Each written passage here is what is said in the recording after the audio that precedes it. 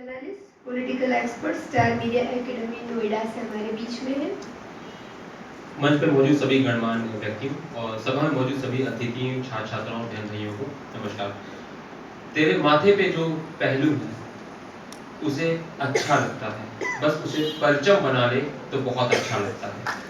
कारण यह है कि मीडिया में कोई बात तभी आती है जब वो घटित हो जाती है, चाहे वो हिमा दास का एशियन मेडल जीतना हो या हम निर्भया केस की बात लें या किसी अन्य मुद्दे की बात हो। जब वो घटना घटती है तभी वो मीडिया में आती है और मीडिया वो तंत्र बनता है कि वो घटना जम्मू से लेकर कन्याकुमारी तक, गुजरात से लेकर अरुणाचल प्रदेश तक हर जगह पहुंचती है।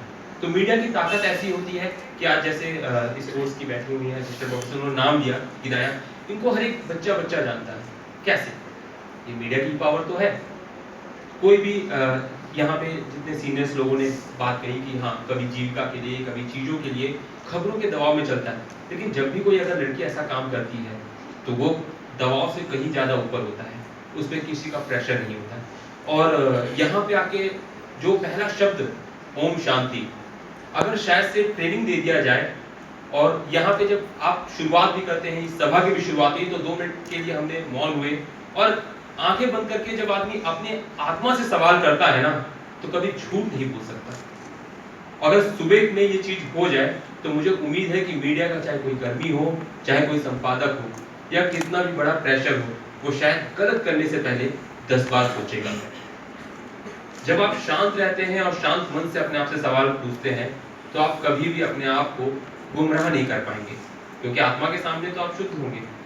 हो सकता है एक बार ईश्वर के सामने भी आप अपनी चीजों को पाने के लिए तो झूठ का रास्ता पाएं। जितना चीज देखी अपने 8 से 9 साल के इलेक्ट्रॉनिक मीडिया के चैनलों में, और आज जब बच्चों के साथ उन चीजों को बांटता हूं तो रघुवंशी सर ने एक बहुत अच्छी बात कही, रिसर्च। क्यों?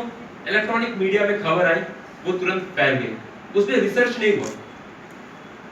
और आप ये सोचिए मीडिया पे वो दबाव है। एक आम इंसान किसी चीज को समझने के लिए ही तो मीडिया देखता है, चाहे वो प्रिंट मीडिया की बात हो।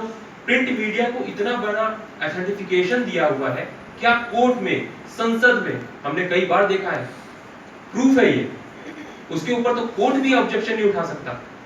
लेकिन जब एक मन से जब सीनियर्स लोग ये कहते हैं तो कहीं ना कहीं युवाओं के मन में तो डर पैदा होगा ही, सामने जो बैठे कि क्या हमें दबाव में काम करना पड़ेगा, क्या हम सच्चे पत्रकार बन पाएंगे। प्रश्न उठते हैं, सवाल उठते हैं क्लासों में। जो महसूस किया और जो काम करते समय भी महसूस किया कि 2 खबरें आती हैं। अगर एक रेप की खबर आई है और एक कहीं जीत की खबर आई है तो पहले रेप की खबर ऊपर होगी, जीत की खबर नीचे होगी। कारण नेगेटिविटी को हम पसंद करते हैं। हर इंसान जीवन में पॉजिटिविटी की बात करेगा सुबह उठ के, लेकिन सबसे पहले वो नकारात्मक चीजों को देखेगा, क्योंकि हमारा इतिहास ही कहता है।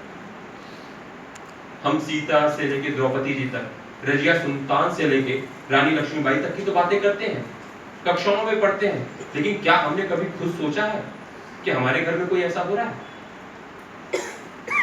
जो मीडिया कर्मी कुछ निकलते हैं वो खुद कहते हैं हमें ऐसी चीजों को करना चाहिए, लेकिन जब मैं उन्हीं से सवाल पूछता हूँ कि क्या अपनी बेटी को आप भेज पाएंगे रात को 12 बजे खबर करने के लिए, कवर करने के लिए, बिना मीडिया क्रू के? नहीं, जवाब होता है नहीं। क्यों?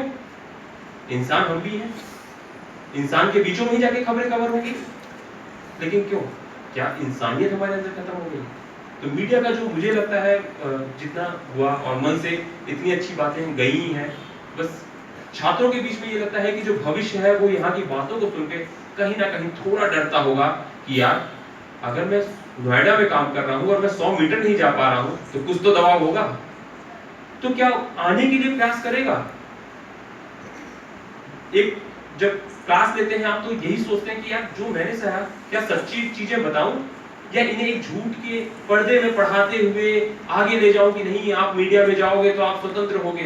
क्योंकि हर इंसान अपने आप में अपनी कलम की ताकत, हम कलम की ताकत कहते हैं, चाहे इलेक्ट्रॉनिक हो चाहे प्रिंट हो, क्योंकि लिखना पहले आपको कलम से ही होता है। लेकिन क्या जब हम उतरते हैं वास्तविकता के दौर में तो क्या हम उसको चीजों को रख पाते हैं? हमें अपनी एक खबर के लिए अगर 15 लोगों से भी गुजरना पड़ता है तो 15 में जाते जाते वो खबर ही खत्म हो जाती है। कभी हम सोच पाते हैं कि यार हम कह तो रहे हैं लेकिन हम उसको वास्तविकता में कितना बदल पा रहे हैं? तो मुझे लगता है कि ब्रह्म कुमारी में ये ट्रेनिंग सेशन होना चाहिए हर जगह का। जैसे हम आप सिपाही से लेकर हर एक का ट्रेनिंग सेंटर बनाते हैं ना, क्योंकि यहाँ पे जब आप आते हैं तो शुरुआत ही होती है शांति से और आपकी अपनी आत्मा से मिलाने के लिए, क्योंकि वहां पे आप हमेशा सच्चे होंगे। और बस इतना ही कि अपने सच से आप वो सामना करेंगे तो जीत जाएंगे।